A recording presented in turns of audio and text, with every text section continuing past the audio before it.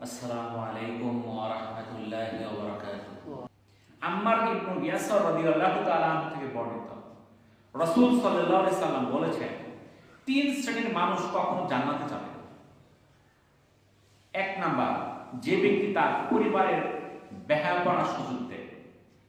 দুই নাম্বার, পুরুষের বেশধারী নারী।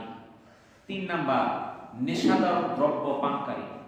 এটা তাবরানী তারগিবের 3381 নাম্বার হাদিস। তাহলে আল্লাহ রাসূল আমাদের স্পষ্ট জানাই দিলেন, তিন ধরনের লোক কই যাবে না? জান্নাতে যাবে না। এক নাম্বার কারা? যারা পরিবারের লোকদেরকে বেহায়াপনা করতে দেয়। আপনার সন্তান নাচ গান করে, আপনি না করেন না। বেপরদায় চলে, আপনি কিছুই বলেন না। নেশা খায়, আপনি কিছুই বলেন না।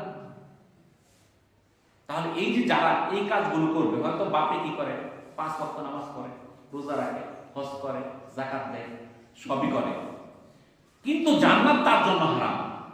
যে ব্যক্তি তার পরিবারের লোকজনকে এই বেহায়াপনার সুযোগ দিবে, সে নামাজ, রোজা, হজ, যাকাত যাই কিছু করুক না কেন, সে জান্নাতে প্রবেশ করতে পারবে না। দুই নাম্বার কারা? পুরুষের বেশধারী নারী। এখন বর্তমানে মেয়েরা শার্ট প্যান্ট পরে পরে, আপনার বোঝার উপায় নাই এটা ছেলে না মেয়ে, আপনি চিনতে পারবেন না তার পোশাক দেখে। তাহলে যেই সকল নারীরা পুরুষের পোশাকে চলে, তারাও কখনো জান্নাতে যাইতে পারবে না। যারা এই যে পুরুষের পোশাক পরে চলতেছে, তারা কি সব ইহুদি খ্রিস্টান না মুসলমানের সন্তান আছে?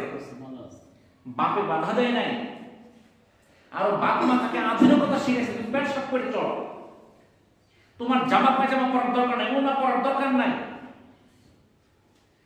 যেই সকল নারীরা এই পুরুষের বেশ ধরবে, তাদের জন্য জান্নাত হারাম হয়ে যাবে। তিন নাম্বার, যারা নিয়মিত নেশাকর দ্রব্য পান করে, নেশা পান করে যারা, এরা কখনো জান্নাতে যেতে পারবে না। আলহামদুলিল্লাহি রাব্বিল আলামিন।